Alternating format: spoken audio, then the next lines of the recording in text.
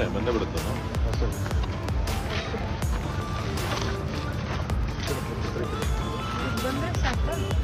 ಅಲ್ಲ ಡೈರೆಕ್ಟ್ ಆಯ್ತು, ಡೈರೆಕ್ಟ್ ಮಾಡ.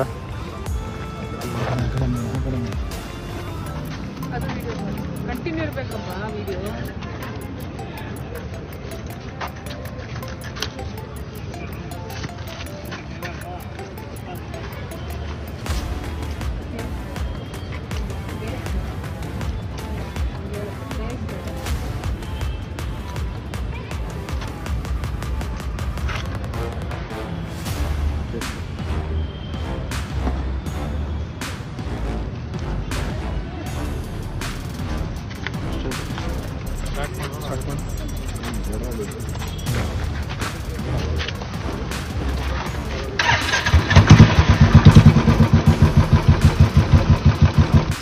बेंगलुरु शहर की केआरपुरम पुलिस की तरफ से जो है एक बेहतरीन काम किया गया है, जिसमें तकरीबन 100 गाड़ियां जो चोरी हो चुकी थी उसको रिकवर किया है।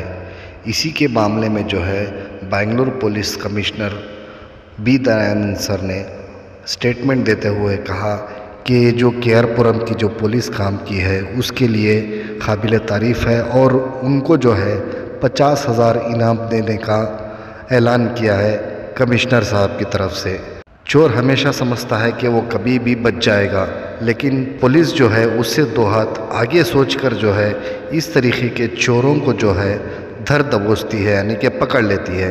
कमिश्नर साहब का क्या कहना है इस रॉबरी को लेकर?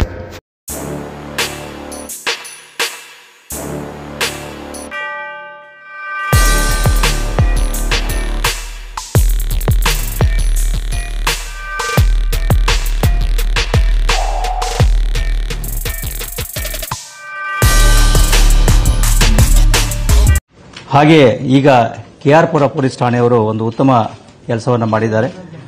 ಬೆಂಗಳೂರು ನಗರ ಸೇರಿದಂತೆ ಹೊರ ರಾಜ್ಯಗಳಲ್ಲಿ ದ್ವಿಚಕ್ರ ವಾಹನಗಳನ್ನು ಕಳ್ಳತನ ಮಾಡ್ತಾ ಇದ್ದಂತಹ ಓರ್ವ ಅಂತಾರಾಜ್ಯ ವಾಹನ ಕಳ್ಳನನ್ನು ಬಂಧಿಸುವಲ್ಲಿ ಯಶಸ್ವಿಯಾಗಿದ್ದಾರೆ ಮತ್ತು ಆತನಿಂದ ಬೇರೆ ಬೇರೆ ಕಂಪನಿಗಳ ಒಟ್ಟು 100 ದ್ವಿಚಕ್ರ ವಾಹನಗಳನ್ನು ವಶಪಡಿಸಿಕೊಳ್ಳುವಲ್ಲಿ ಯಶಸ್ವಿಯಾಗಿದ್ದಾರೆ. ಇವುಗಳ ಒಟ್ಟು ಮೌಲ್ಯ ಸುಮಾರು 1,45,00,000 ಆಗಿದೆ.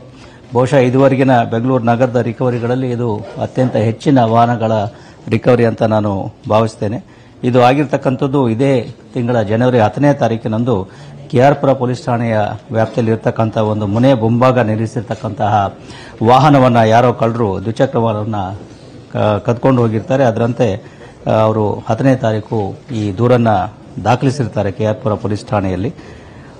ಹಾಗೆ ದಾಖಲಿಸಿಕೊಂಡ ಈ ದೂರಿನ ಅನ್ವಯ ಪೊಲೀಸರು ಬೇರೆ ಬೇರೆ ಆಯಾಮಗಳಲ್ಲಿ ತನಿಖೆಯನ್ನು ಕೈಗೊಂಡು 6ನೇ ತಾರೀಕು ಫೆಬ್ರವರಿ ಈ ಹೊಸಕೋಟೆ ಟೋಲ್ ಬಳಿ, ಆವಲಹಳ್ಳಿ ನಂತರ ಹೊಸಕೋಟೆ ಟೋಲ್ ಬಳಿ ಓರ್ವ ವ್ಯಕ್ತಿಯನ್ನು ಈ ಕಳವಾಗಿದ್ದ ವಾಹನದ ಜೊತೆಗೆ ಪತ್ತೆ ಹಚ್ಚುವಲ್ಲಿ ಮತ್ತು ಬಂಧಿಸುವಲ್ಲಿ ಯಶಸ್ವಿಯಾಗಿರ್ತಾರೆ.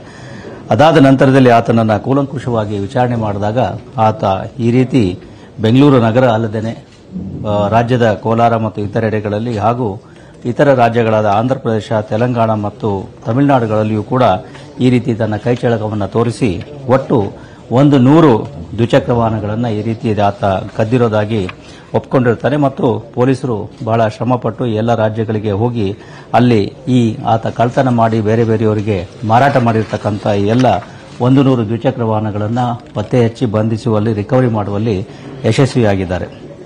ಈ ರೀತಿ ಆತ ಕಳ್ಳತನ ಮಾಡಿರ್ತಕ್ಕಂತಹ ವಾಹನಗಳಲ್ಲಿ ಮುಖ್ಯವಾಗಿ ಬುಲೆಟ್ ಮೋಟಾರ್ ಸೈಕಲ್ಗಳು 24, ಆಕ್ಸಿಸ್ 36, ಪಲ್ಸರ್ ಸುಮಾರು 18 ಮತ್ತು ಇತರ ಬೇರೆ ಬೇರೆ ಕಂಪನಿಗಳ ಮೋಟಾರ್ ಸೈಕಲ್ಗಳು ಇದರಲ್ಲಿ ಶಾಮೀಲಾಗಿದ್ದವೆ.